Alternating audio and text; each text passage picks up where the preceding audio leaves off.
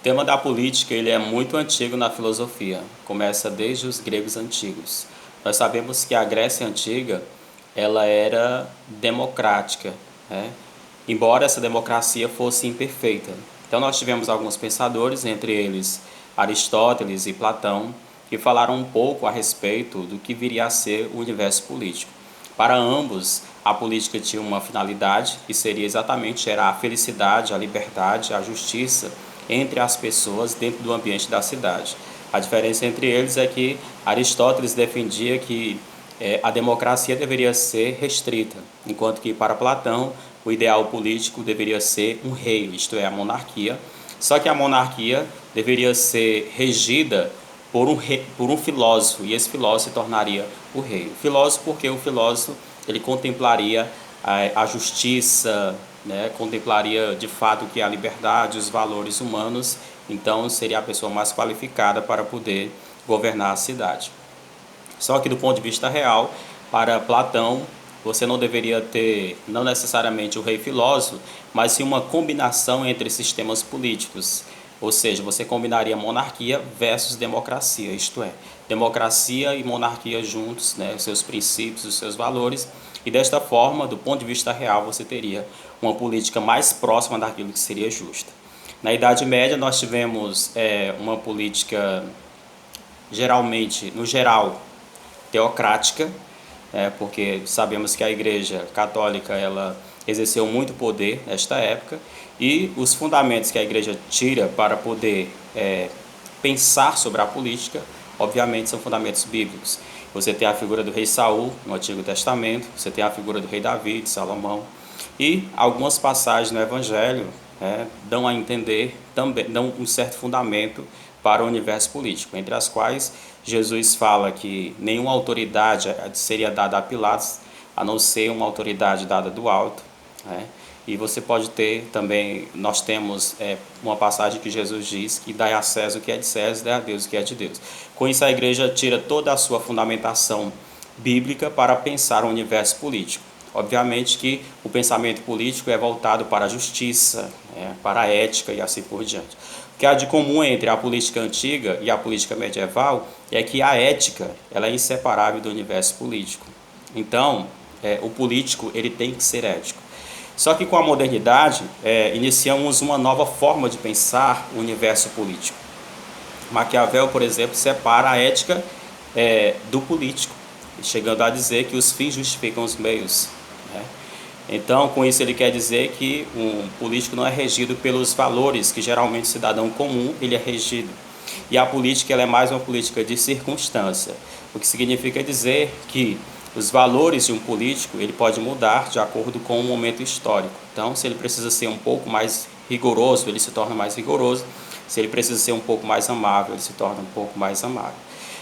A modernidade traz para nós grandes esperanças, grandes projetos no que diz respeito à construção de uma política que possa de fato atender aos anseios da população em geral.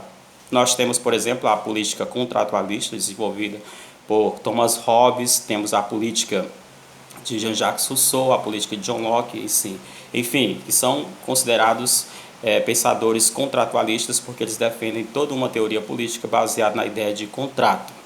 Temos também a filosofia iluminista que traz toda uma ideia de emancipação humana, de liberdade humana. Quer dizer, você agora, para realizar a justiça, basta uma contribuição da ciência, uma contribuição política, todos juntos agora iremos acabar com as desigualdades sociais, os problemas que tanto assolam a humanidade. Só que o século XIX, o século XX provaram que isso não aconteceu, né? E não aconteceu porque houve muita exploração, houve muitos regimes totalitários, entre eles o nazismo, o fascismo e assim por diante, que assolaram muito a humanidade. Então, surgiram teorias como Mad Max para poder questionar o modelo capitalista liberal, só que o próprio marxismo também não deu certo dentro da história. Chegamos ao Brasil, e no caso do Brasil nós vivemos em um país subdesenvolvido, e esse conceito por si só ele já demonstra que a nossa realidade ela não é tão boa. Nós somos um dos países mais desiguais do mundo. Então, nesse contexto, o político, né, ou os governantes, eles deveriam levar em conta que nós temos uma Constituição, né, a Carta Magna de 88, que propõe dignidade para as pessoas. Porém, o que se tem visto é que o mercado, né, ele tem se sobreposto ao próprio universo político e pautas importantes para a nossa sociedade, elas não têm sido colocadas em práticas, como reforma política para acabar com corrupção e outros elementos, né, reforma agrária e tantos outros pontos, né, que são importantes para o desenvolvimento do nosso país e também para a redução das desigualdades sociais e assim por diante. Infelizmente, nosso país não tem um projeto de nação.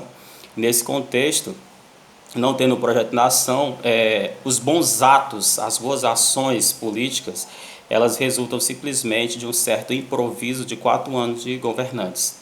Então, nesse contexto em que nós vivenciamos, contexto político dominado pelo mercado, você tem muitas contradições. Você vive num país democrático, mas ao mesmo tempo você tem que testemunhar situações que desumanas, porque nem sempre o mercado ele é a favor do próprio ser humano ou do desenvolvimento do ser humano, senão muito apenas de algumas pessoas, isto é, das grandes empresas.